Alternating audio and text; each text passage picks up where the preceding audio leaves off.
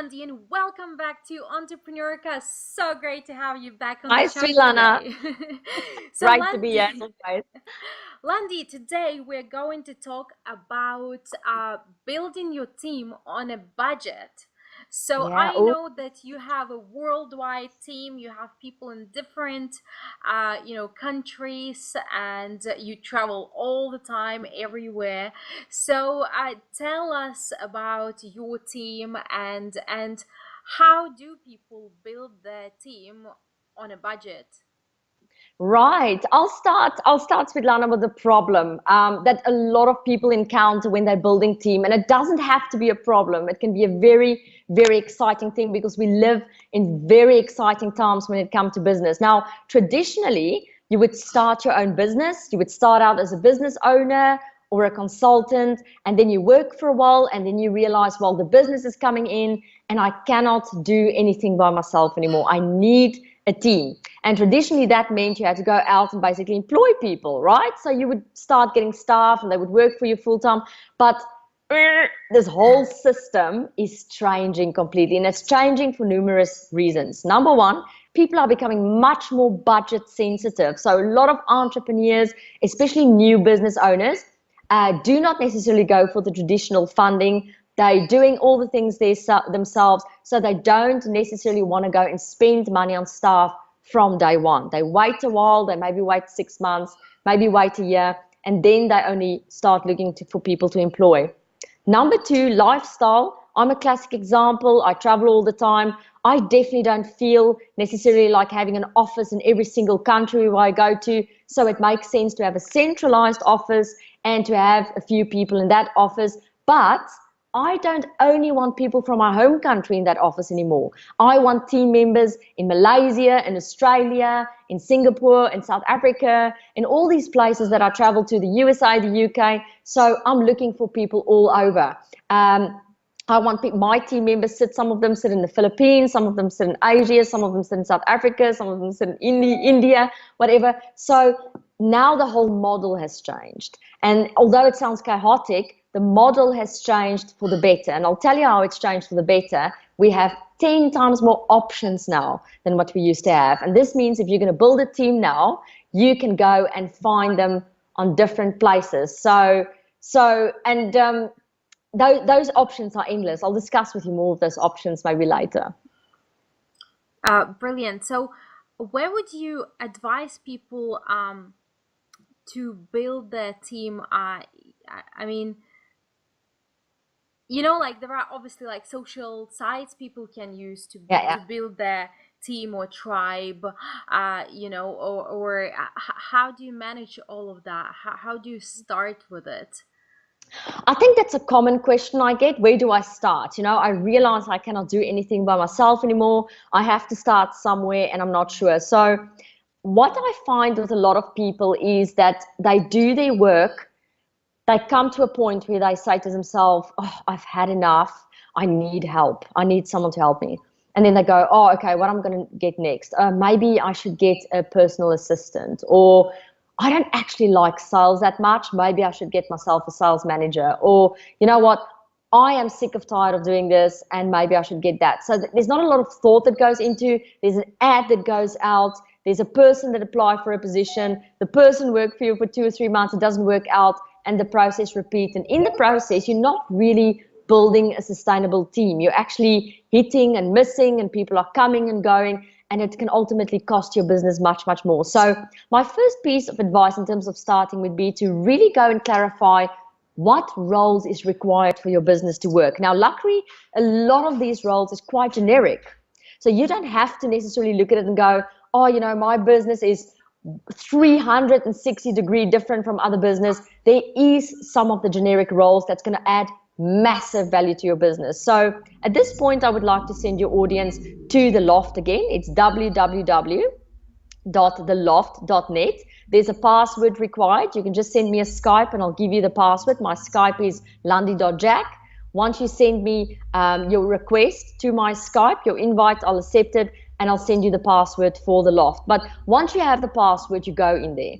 And there's a room called the team room, to build a team room. And in the team room, I show you the critical roles that's important for your business. So before you're going to start advertising, even before you're going to start looking for team, you're going to look at the critical roles for your business. I'll give you a few. A business needs a lead generator.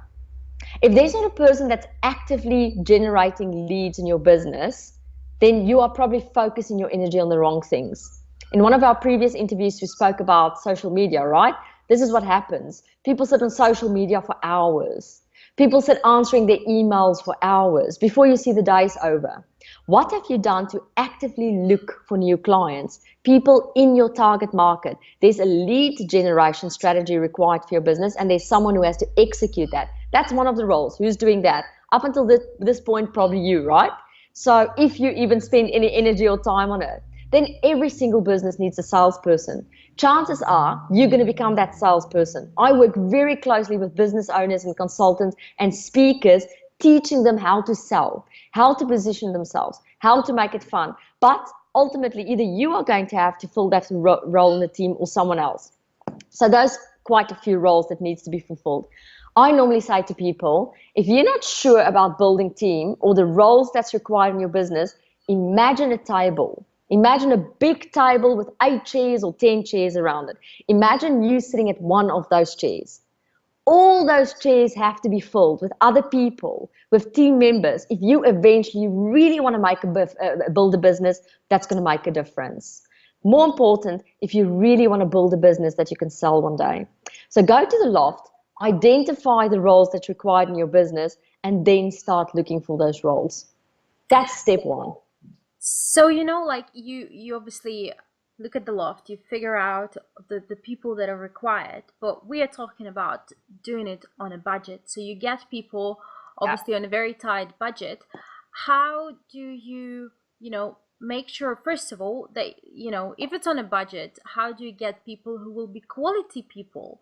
But then Yeah. at the same time, a lot of people who are really good, they always want more, so they might look for the next step.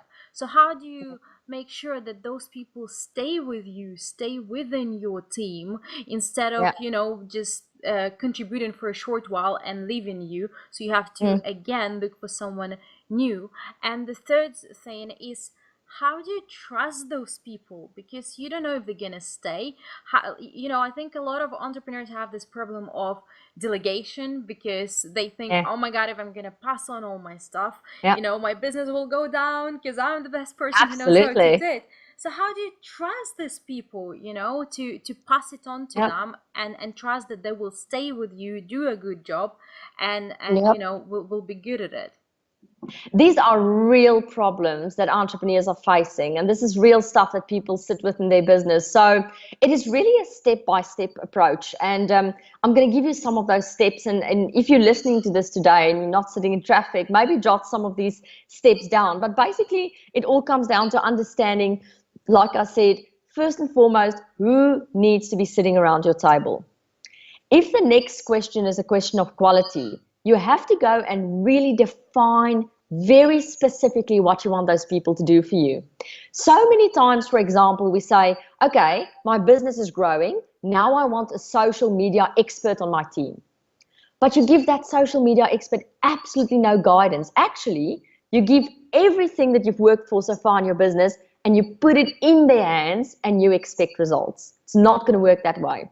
So you have to equip people that you bring onto your team for success.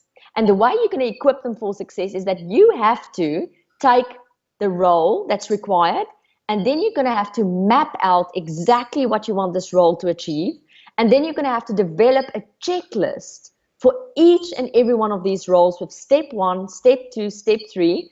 And then you're going to have to educate this person what you want the role to achieve. For example, social media. You can't just give the job of social media away. They don't understand what type of content needs to be shared. They don't understand who's your target market. They don't understand how regular you want to do. So they just take their expertise and exposure to other businesses and try and apply it to you. And that's why so many of these roles dismally fail. So your way of setting this person up for success and making sure that you attract a quality person is to go and map out every single step in your business and attach a system to that. There already has to be a system. And then you hand the system over to the team member to implement for you. You can't give a job to someone without any system and then just hope they're going to achieve the best. It's probably not going to happen. And it's like that if you have a lead generator, if you're looking for a lead generator, there already has to be some sort of workable system that they just execute for you on a daily basis.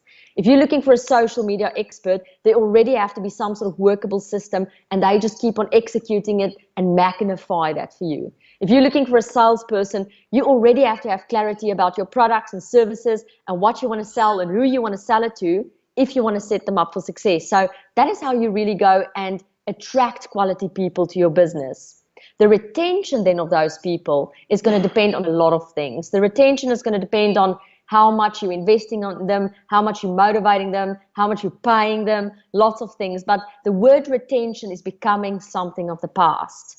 You will no longer be able to retain team for too long with you and around your table in the world we're living now. Why? Because people evolve, because people have options, because people's always going to move on. So rather work on a strategy that work around that basically maybe falsely believe that people are going to stay around your table forever.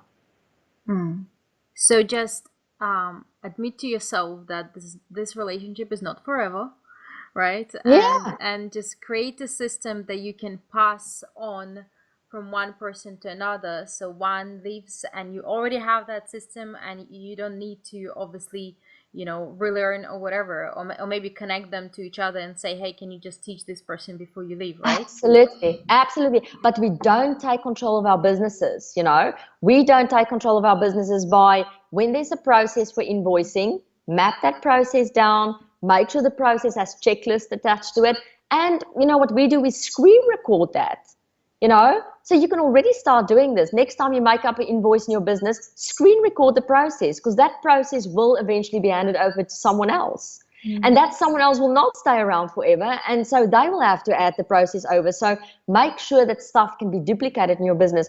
If you're not doing it, there's no value in your business and there's nothing that you can sell one day if that's what you want to do. So once you've built these duplicatable systems, it becomes much more easier to go and find people.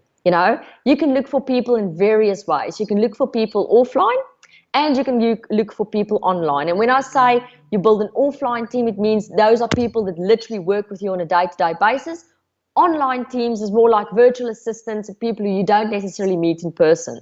But a lot of people will say offline team, face-to-face team is not working for them. Virtual teams is not working for them. They're just going to have to do everything themselves, and that's no way you're ever going to grow a business. You'll never be able to use a scalable business if you're consistently working in it. You don't want to be working in your business all the time. You want to be working on your business, and you do it with team. You can go to the loft if you want to see where you can find people to work for you face to face. I'll give you a few examples. If you're on a limited budget, and that's why we're on this call today, right? So now we're getting to the hard stuff. I had to talk about the other stuff first because it's important that you understand who your team is before you go and find them. So if you're looking for people to work with you in person, and you can find this all on the loft, there's great ideas for you on there. You want people to work with you in person. One thing that you can do alternatively to full-time employment, and you obviously will have to check the laws in your country, is that you can look for people who's already working for an employer. And because they're already working for an employer, let's say they're a new business development manager, if there's no issue with the contract in that, you basically go to the business development manager, say, listen, do you want to earn some extra money? If you want to earn some extra money, why don't you come and work for me 4 hours a month? So I want you to apply your expertise to my business 4 hours a month because that's all I can afford right now. Let's say you desperately need someone on your team who's a virtual assistant. There's massively cool outsourcing companies at the moment. But look for a virtual assistant in your local community. So then you can go and you meet them, you can greet them, you can have coffee with them, you can say to them, this is the tasks that I want you to do the next week, and you can ultimately build a relationship with them. You can even give them a bonus, but they're outsourced.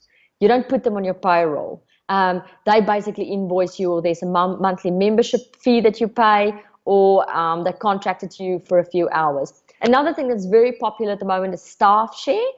So you go and look for another entrepreneur. Both you and the other entrepreneur needs a graphic designer. You employ the person together and you share the salary. Another thing that's very popular is half-day positions. New parents, new mothers, new fathers, cutting the day job in half and would gladly be looking for a half-day job. So there's great ways to build face-to-face team around you without having to overspend on that. Online ways to do that is online virtual assistants. There's ones like Freelance is one that you can use. There's a nice company called Call Ruby. You pay them a subscription fee and they basically become your receptionist. So they answer all your calls on your behalf. It's very possible to do that. You can go to platforms like Fiverr and can get graphic design work done for you. You can go to 99 Designs and get design work done there for you. So there's many ways online without ever meeting the person that you can build team. You can get affiliates. You can get people who basically talk about your business all the time and then earn an affiliate fee on that. You can get do profit split agreements with people. I recommend also a lot of time for people to consider a business partner. You can get a business partner offline or you can get an offshore business partner. So there's really a lot of very creative ways. If you're sitting here today and you're very busy in your business and you actually don't get the time to do everything and you know you need team but you don't have a lot of money, go and look at these options on the Loft and start small. Start with just 2 or 3 hours of someone else who's helping you with social media. 2 to 3 hours a month of someone who's helping you with lead generation, whatever, because you're going to have to go through that process in order to get to the point where you trust the process and start building a team. Get the seats around your table filled up. Start small. That's the key. Small steps, yeah. Don't go and employ a person full-time immediately if you're budget sensitive or if you don't trust people or don't delegate. Take what you're doing, a small chunk of it, duplicate it, screen record it, build a checklist around the process, hand that over. Do the second part, do the third part, do the fourth part. Before you see, you're going to have a team sitting around a table of trusted people. And if they leave, there would be a system that they can carry over to the next person. That's brilliant. So Landi, how about before we wrap it up, we just go through the bullet points again for the people to have a clear idea to what they need to get done. Okay, so you're listening to this program today because you know that you cannot do everything on your own. You need a team, but you have a limited budget. You won't be able to employ a person full-time yet. So what do you do? And even if you can employ a person full-time, they may not have the combination of skills you want. So number one, go to the Loft, go and check out the typical type of roles that you need to find in a business to be successful. If you want the password for the Loft, get it by sending me a Skype invite. I'm landi.jack on Skype. Then number two, when you understand the roles that's required in your business, then make sure that each role is set up for success. So make sure that there is a screen recording, a system, a checklist, and some sort of know-how behind how you want them to fulfill or achieve this job. Once you're clear on what you want the person to do, then you basically go and either look for people offline, face-to-face people who's going to be working with you. There's different ways of doing that. You can share the position with someone. You can get someone who already has a job to do after-hour work for you. You can even get some internships or learnerships in. Or alternatively, go online and find yourself a virtual assistant or a virtual PA or affiliates or people who do commission split agreements with you and get them on board. Ultimately, what you want is a table with a thriving team of people around you so that your business can grow and become profitable and so that you can make the difference that you really want to make with this business. That's it. Thank you so much for all of this, Landi. Thanks for coming back on the call this week, and I really look forward to our next call. Me too. Thank you, Svietlana. Thank you, listeners. Bye.